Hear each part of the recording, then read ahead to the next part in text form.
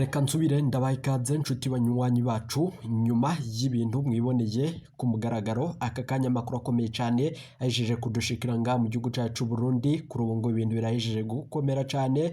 Generale Major Evariste Ndayishimiye yo bari mu yabira nyuma y'uko Generale Prime Niyongabo afashe ingingo ikomeye cyane mu gihugu cy'u Burundi. Turaza kubigaruka ko muri aya makuru akomeye cyane ahejeje kudushikira nga mu gihugu cyacu Burundi. Ndababwira ukuri nyuma ya Braboti ibintu bihejeje gukomera cyane mu gihugu cy'u Burundi kuri ubu ngubu Generale Prime Niyongabo yobahejeje gukorana n'umukuru w'umuganga utavuga rumwe n'ubutegetsi wa CNL. Amakuru akomeye cyane turonka mu gisoda nuko impinduka zatanguye. Reka turabigaruka ko makuru akomeye cyane ahejeje kudoshikira.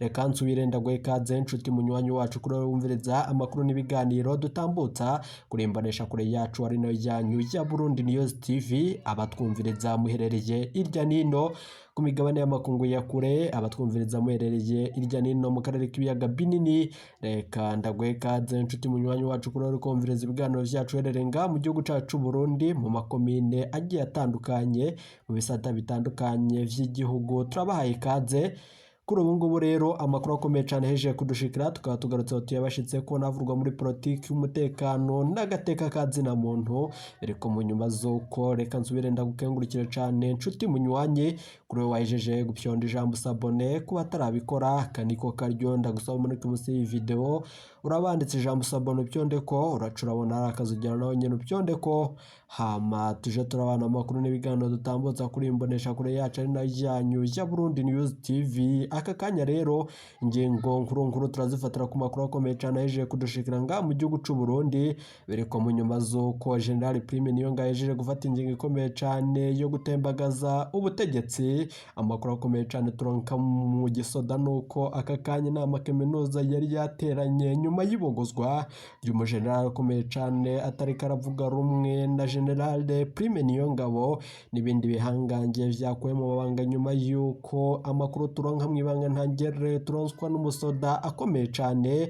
Biravugwa ko uwo musoda yabogojwe nyuma y'uko yari yanse gushigikira umugambi wa General Prime Niyongabo n'umukuru w'umugambwe utavuga rumwe n'ubutegetsi wa CNL. Kuri ubu ngo ibintu vyabihejeje gukomera cyane mu Burundi biriko mu nyuma z'uko operation iriko irakorwa mu bijanye no gukura ko ubutegetsi atamasara avuze.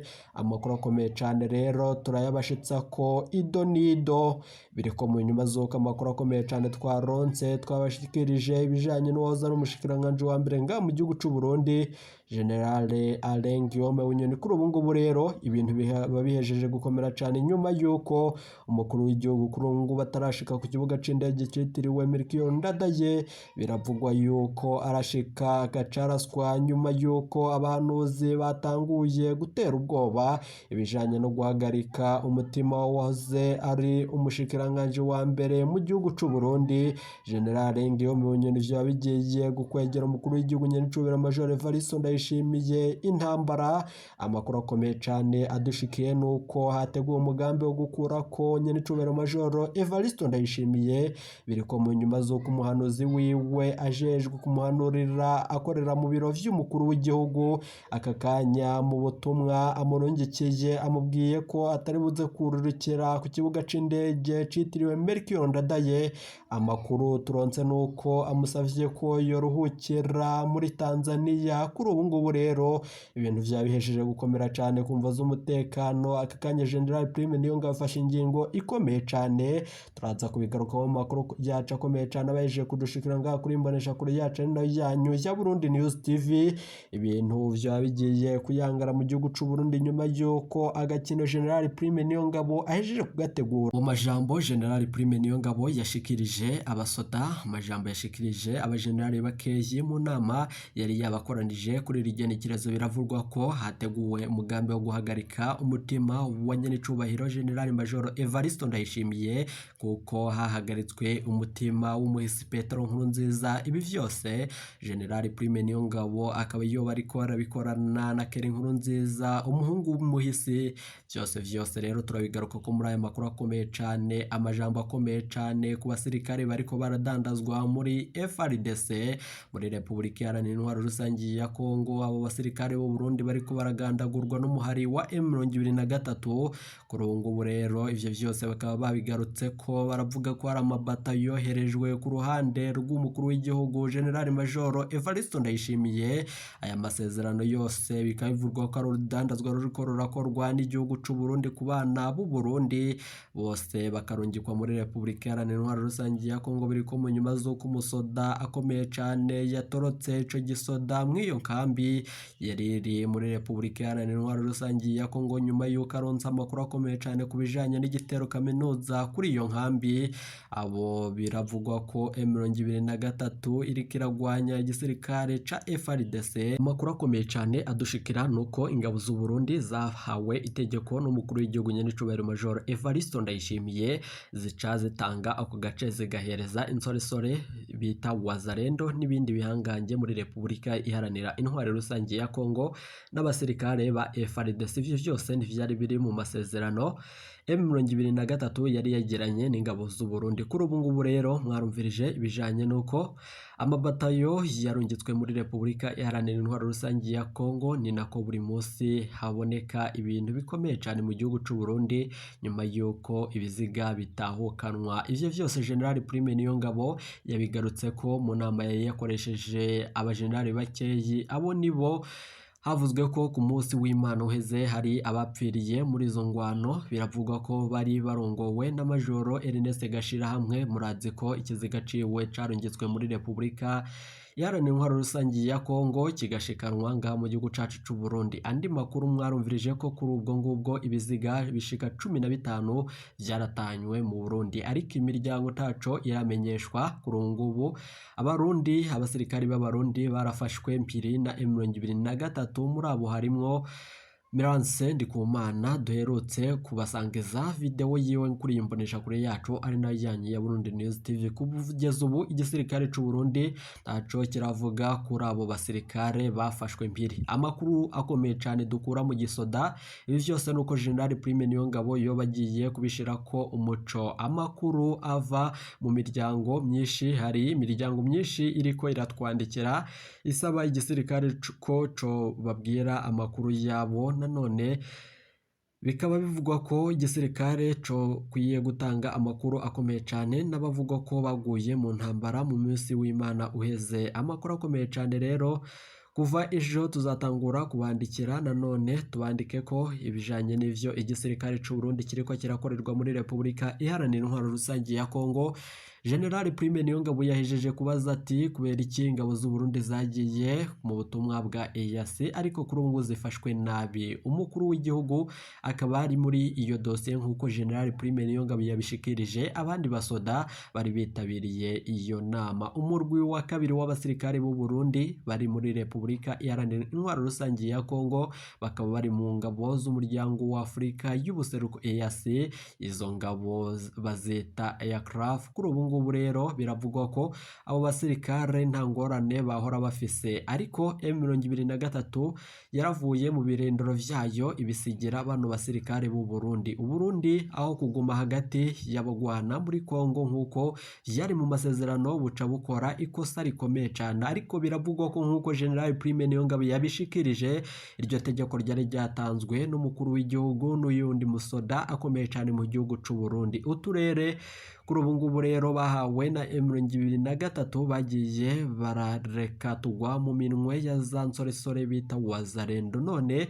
za ngabo z'u Burundi za TAFOC nazo zijamwo mu ngwano zigira ko zirafatwa mpiri na M23. Burundi buba buratakaje kwitwa ko ataho buhengamiye. Amakuru akomeye cyane adushikira nk'uko twabashikirije amasanamu mubona, biravugwa ko hano ari abasirikari bacu mu ngabo za EAC bariko barava mu birindiro vyabo mu mvura ikomeye cyane, mu mabarabara adashobotse, bariko bagenda ibirometero n'amaguru biremetse utwabo twose, nta n'imodoka za EAC ziriko zirabafasha. Bamwe mu basoda batubwiye ko bataye ivyabo bari baraguze kubera ata modoka zaje kubafasha kwimuka. Amakuru dukura mu gisoda c'u Burundi, umuntu akibaza impamvu abasirikare bagiye gufasha ikindi gihugu kandi bakwigikiwe na EAC none bafatwa nabi gutyo. Amakuru dukura mu gihugu c'u Burundi nuko hakozwe urudandazwa rukomeye cyane ku bana b'u Burundi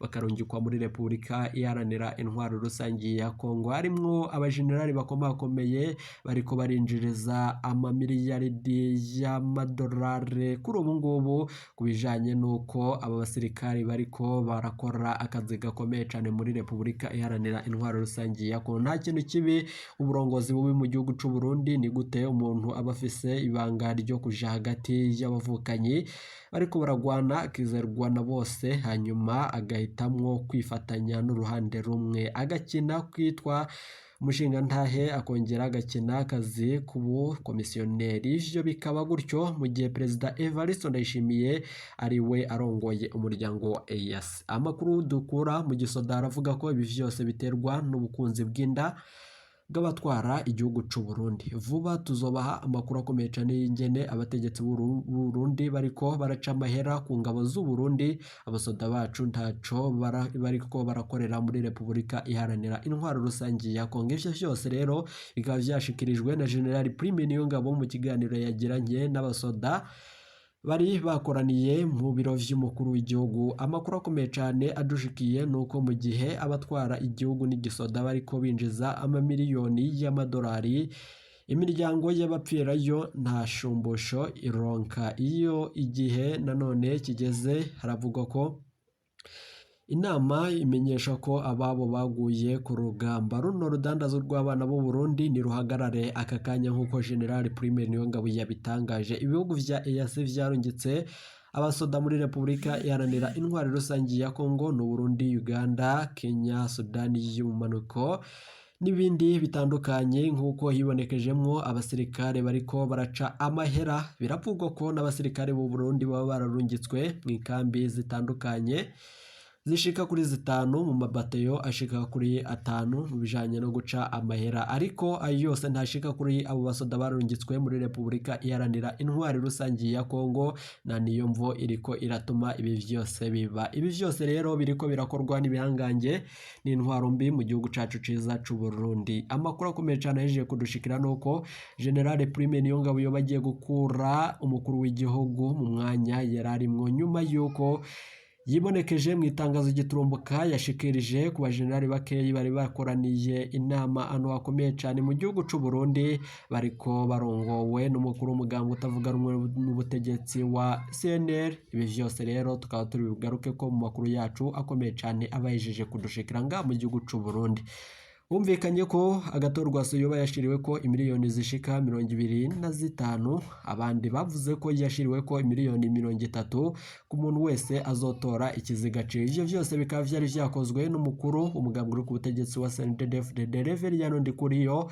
Vyose rero bikaba bihejeje gushika ko ivyo vyose vyaciye bifutwa nyuma yuko amakuru turonka mwibanga ntangere aremeza neza ko General Prime Niyongabo ariko arafatanya n'uwo mukuru umugambwe utavuga rumwe n'ubutegetsi wa CNL. Kuri ubu Reverien Ndikuriyo nawe ariko arakorana n'igihangange General Guillaume Bunyoni. Abasirikare b'u Burundi bo bagiye gutora umuco ku vyerekeranye n'itegeko kaminuza General Prime Niyongabo yabashikirije kuri uyu munsi. Rero ibintu vyo bigiye gukomera cyane mu gihugu c'u Burundi nyuma yuko ibi vyose General Prime Niyongabo yabiteguye mwibanga rikomeye cyane, nk'uko twabironkejwe n'umusirikare kuri ubu ngubu akorera mu gihugu c'u Burundi. Abandi batavuga umwe n'ubutegetsi baravuga ko intwaro ya nyenicubero General Major Evariste Ndayishimiye yoba igeze aho umwanzi ashaka nyuma yuko yananiwe gutwara u Burundi. Barakwiye gutanga imihoho abashoboye kurongora neza bagaca bajaho. Ni nyuma yuko ari n'abariko baravuga ko na General Prime Niyongabo ataco azashikiriza abarundi nubwo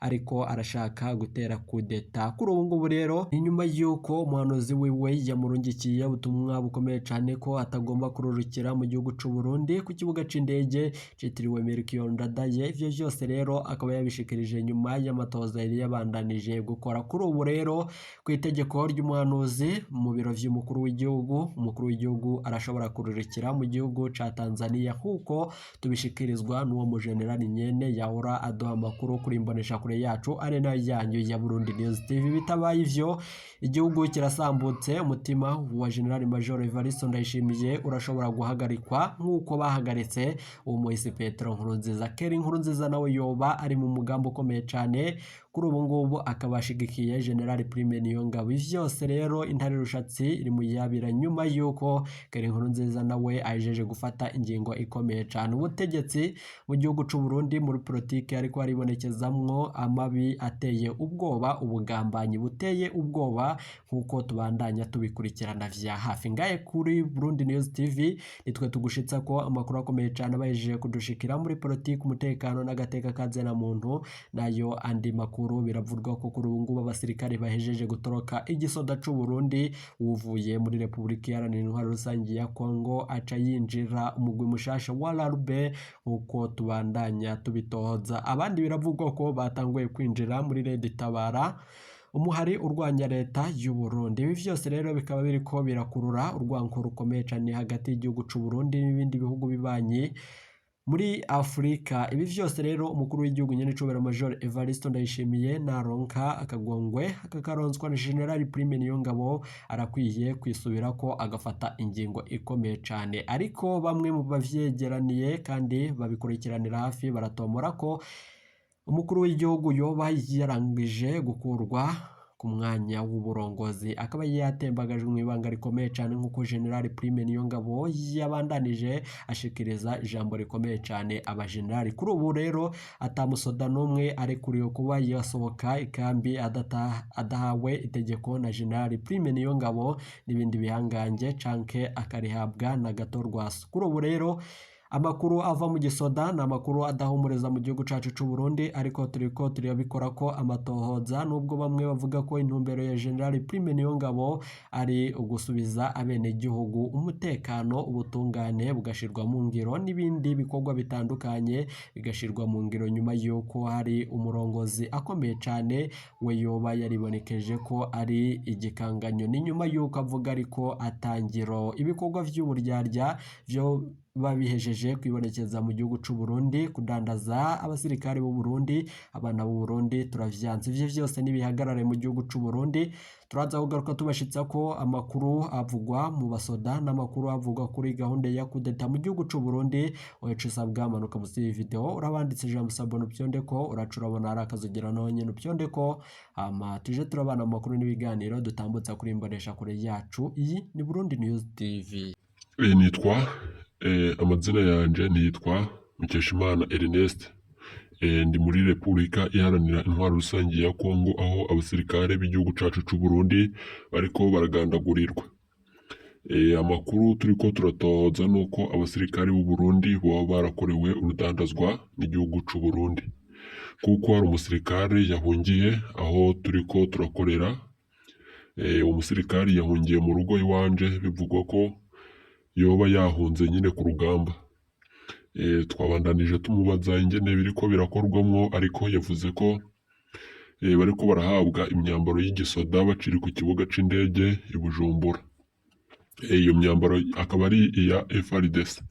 Byose rero turiko turabandanya kumubaza ibijanye n'ingene bo bararungitswemo muri Republika Iharanira Intwaro Rusangi ya Kongo atacu arashikiriza, ariko turaza kubashitsa ko amakuru akomeye cane ariko araruhuka, aho yoba biriko biravugwa yuko yari ariko baratana mu mitwe n'umuhari wa M23. Hari n'abandi basoda b'u Burundi baba batorotse, navyo turaza kubigaruka ko muri ayo makuru.